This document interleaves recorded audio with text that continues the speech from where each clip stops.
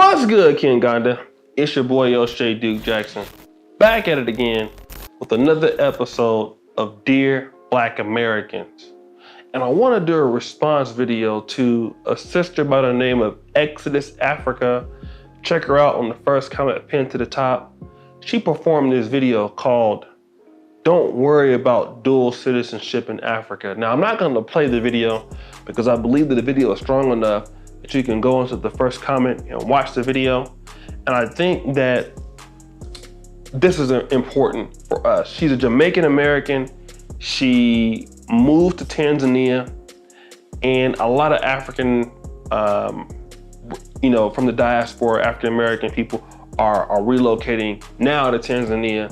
I believe one of the reasons why is because Tanzania is still open, and some other countries like the Gambia are still locked down. But she said that you should not worry about dual citizenship in choosing a country for Africa. She said, you know what? Worry about getting residency, in so many words. And I think that's a very, very strong point. She mentioned this. A lot of people are picking countries that will allow you to have dual citizenship, which is what a lot of people pick. Ghana, Nigeria, Uganda. Tanzania is a country, however, that will not let you have dual citizenship.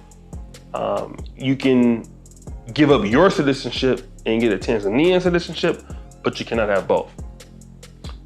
I want to talk about this because selecting the right African country for you should depend on certain factors, all right? For me, what is the opportunity for you in this country, okay?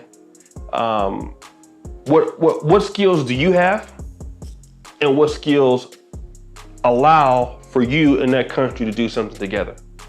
For me in Uganda matched up right in my skill set. It wasn't a whole lot of social media content out about Uganda. It allowed me also to grow. That's another thing you want to worry about. Can you grow? Does it make you a better person? Does it make you elevate and go to another level? And I felt that these were the things. But I can honestly say that dual citizenship wasn't something that drew me to the country. It was more about how I felt about being here, the excitement, and what I saw as an opportunity. Now, obviously, if you're a person and you get citizenship in the country, you do have rights. You have the right to vote. You would have the right to, in certain instances, maybe run for some sort of office. You would have a lot more input into the community. And if that's something that's important for you, then you should pick a country based on that. But for me, citizenship was something that was not necessarily the main thing, but the other things that were fulfilling my own personal growth, the collaborations, the opportunities, the chance to build something great, the chance to be able to connect with the diaspora and expand myself. But let's talk about residency, right? Residency can be tricky depending on whatever country that you're in, all right? And a lot of times to get residency in a place, there's legality that needs to be met. Countries like South Africa, I believe, even Uganda, if you're to stay in the country, some people do it like this. They stay in the country for like 90 days, leave for a day, come back in. That's kind of the hood way to do it. But if you're doing business in the country and you want to obtain residency, now we're talking about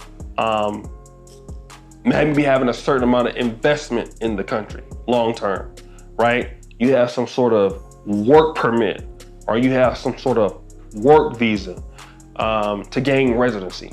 Some people, I know very few people who do it that way. The majority of the people that I know that come to the continent of Africa and are doing it like they're staying 90 days, they leave for a day, they come back 90 days again, leave for a day. In my opinion, if you're a person looking for residency, then you're gonna be a person in the country that is there legally, right? And we gonna have some brothers and sisters that's gonna be repatriating with without doing it in the way that should be a legality.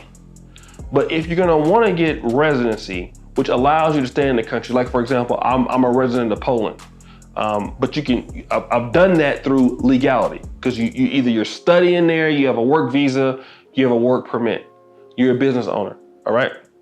So if you're gonna get residency, then it needs to be legal. Now, also for the countries that do allow dual citizenship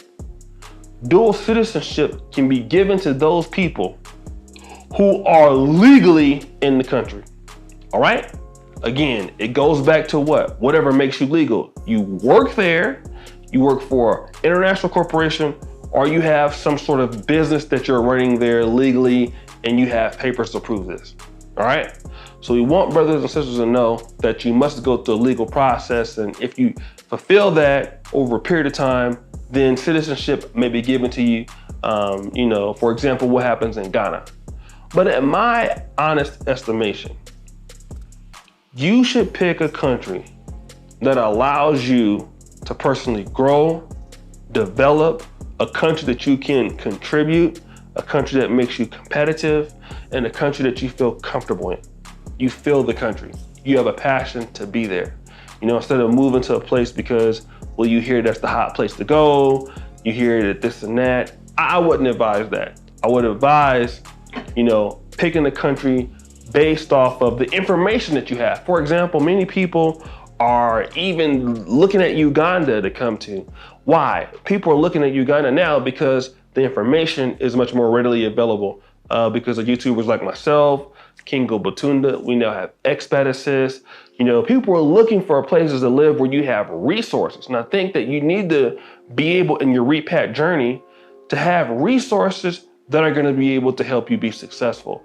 For example, if you're an entrepreneur and you don't know a whole lot about branding, you don't know a lot about marketing, you don't know a lot about how to make your business grow in that aspect, it's good to know that you can partner with the brand like the Brand Factory.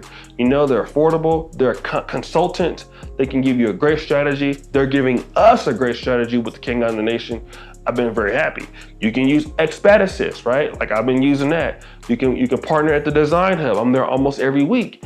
And you can find so many things to help you resettle in and help you get the tools you need to get, for a business or to get on the ground and to meet people, meet people there, get into the certain communities and start thriving for it.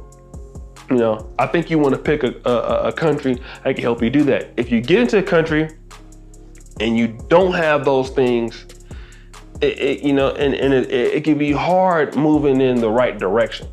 So I just wanted to talk about that, but definitely citizenship, dual citizenship, it's not my motivating factor. My motivating factor is, how do I feel about there? Am I passionate about there? Am I really, feeling the weather? Am I gonna be able to thrive here? Do I like the energy of the place? Am I attracted to the landscape? Things like that. And can I develop and grow? And hopefully, those are some of the things that you will feel also. So whatever country that you decide to pick, just know that you're gonna have a lot of good times and a lot of bad times. Let me also say this. If moving to the continent of a country of your choice is worth starting, it's worth finishing, right? You're gonna have some days you're gonna want to go back. You're gonna have some time you're gonna want back. There've been days here that powers went out. I'm staying in an apartment building. The owner next door, the owner of this place, sometimes they want to put $3 of the electricity and ours is connected to the other one. So if she doesn't put electricity and that runs out, then our power runs out. You're dealing with sometimes a lot of inconveniences that you shouldn't have to deal with. But you know what? It's worth starting, it's worth finishing, right? I want to stay the course.